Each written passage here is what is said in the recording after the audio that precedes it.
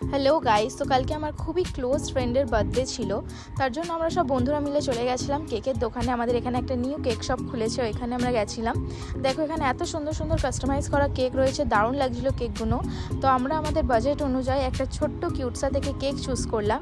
এখানে দেখো দাদাটা কেকটাই নাম লিখিয়ে দিয়েছে, খুবই দারুণ লাগছিলো কেকটা। শপটার নাম হচ্ছিল মাই আম্মি। তো দেখো আমরা কেক নিয়ে চলে যাচ্ছিলাম ওর বাড়িতে, ওকে সারপ্রাইজ দেবো বলে। ও জানতো না যে আমরা আসছি এখন। তো গিয়েই দেখি আমার একটা বন্ধু ওর জন্য পায়েস রান্না করছিল। তো পায়েসটা সিরিয়াসলি দেখতে যেরকম অসাম হয়েছে, খেতেও খুবই টেস্ট হয়েছিল। তো এখানে দেখো আমরা লুকিয়ে লুকিয়ে ওর ঘরে ঢুকছি ওকে সারপ্রাইজ দেবো বলে। তো আমাদেরকে দেখে বলছে যে আমি জানতাম তোরা আসবি, মানে আমাদের জন্যও আর কি রেডি হচ্ছিলো যে আমরা আসবো। তো মানে আমরা প্রত্যেক বছরই আমাদের সব বন্ধুদেরই এরকমভাবে একটা ছোট্ট করে সারপ্রাইজ দিই তাদের বার্থডেতে। তো এখানে দেখো আমি কেকের বক্সটা ওপেন করছি। ও তো কেকটা দেখে খুবই পছন্দ হয়েছে, কেকটা ছোট্টর মধ্যে খুবই সুন্দর লাগছিল।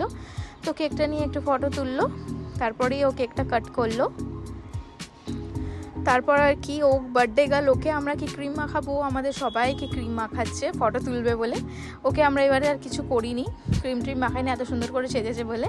তারপরে আমরা সবাই মিলে বসে কেক খাচ্ছিলাম। আমি তো ওই চকলেটটাই নিয়ে নিয়েছি যেখানে ওর নাম লেখা ছিল। তারপর আর কি বার্থডে বলে কথা, একটু নাচ গান না করলে হয়, তার জন্য একটু নাচ গান করে নিলাম।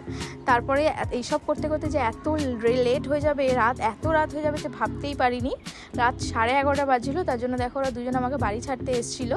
মানে এত রাতে রাস্তার মধ্যে এরা এমন করছে, লোকগুলো দেখে ভাবছে এরা কোথা থেকে এসছে, এত হাসাহাসি করছে। তো এমনি করতে করতে আজকের দিনটা কেটে গেল। টাটা।